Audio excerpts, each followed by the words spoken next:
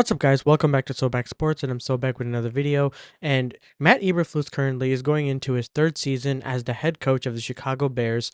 And the news that when it broke out that Matt Eberflus is going to be staying kind of puzzled a lot of Chicago Bears fans, and even to this day still puzzles us because with the record that he's accumulated for the past two seasons and the resume he's had through those two seasons, it's been kind of apparent that maybe he's not the guy to be the head coach for the Chicago Bears going forward, especially having Caleb Williams as your face of the franchise going into next season.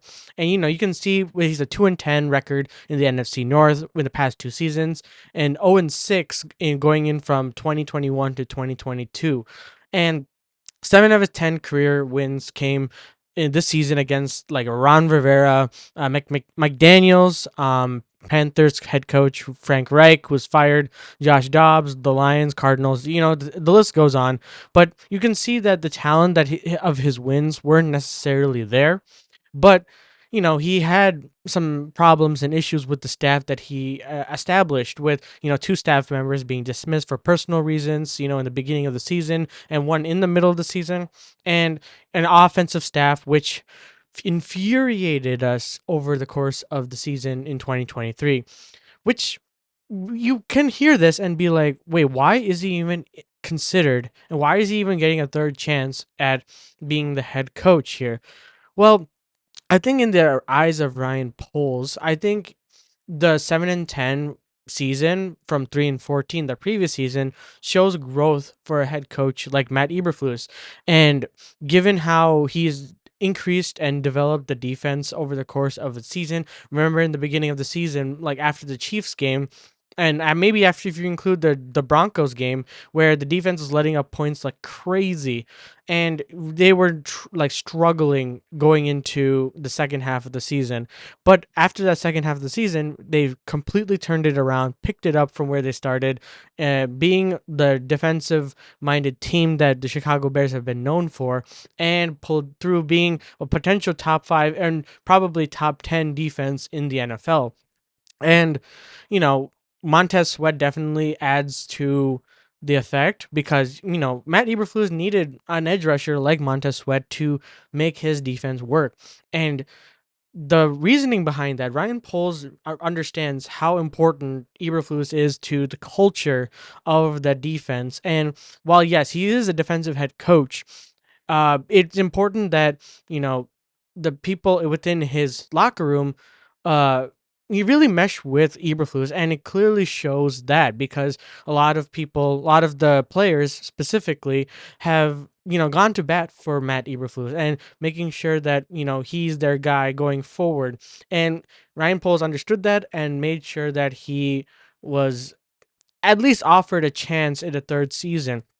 Well, how does this necessarily bode for the Chicago Bears? Because going into a third season and potentially Ryan, Matt Eberflus being on the potential hot seat, he needs to have a really solid season to make his case going forward for Caleb Williams, because this is a great opportunity. You have a really young wide receiver in Roma Dunze. You have a really young and potentially generational talent in Caleb Williams to develop, and you add the staff around him too. You have bringing Eric Washington to be on your defensive staff, to call defensive plays, but not necessarily be the defensive coordinator, because it seems like Matt Eberflus is going to be taking defensive calls in the game this upcoming season.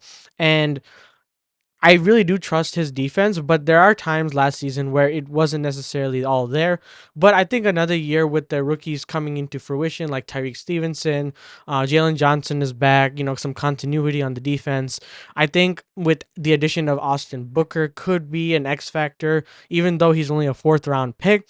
I think with some really crucial minutes, maybe bringing in like a Yannick Ngakoue again for like another short term deal, and being able to um, curate a defense that can be beneficial going forward. So what do I think all in all? Like, do I think that this experiment is going to work out? I feel like it will, because I think with the improvement from 3-14 to 7-10, with the roster adjustments that have been made in between, and the roster adjustments that have been made in between last season and this season, I think there's a stark contrast, and the offense is definitely going to be a lot better. Obviously the question mark is Caleb Williams and his development, but I do trust that, the Shane Waldron, you know, being there, uh, adding the playbook for Caleb Williams early is really important, and embracing the whole idea of a new culture that is being built. So that's really going to make or break whether or not Eberflus is going to be the head coach the upcoming season. Do I have complete faith? Am I like 100% like, yes, Eberflus is going to be the guy? I don't think I is yet there, because I still have to see a lot of the, on the field, like, activity in order to really make a case for um his job, because it's not necessarily that easy to see from like clips online, or the off-season OTAs, and even potentially training camp coming up.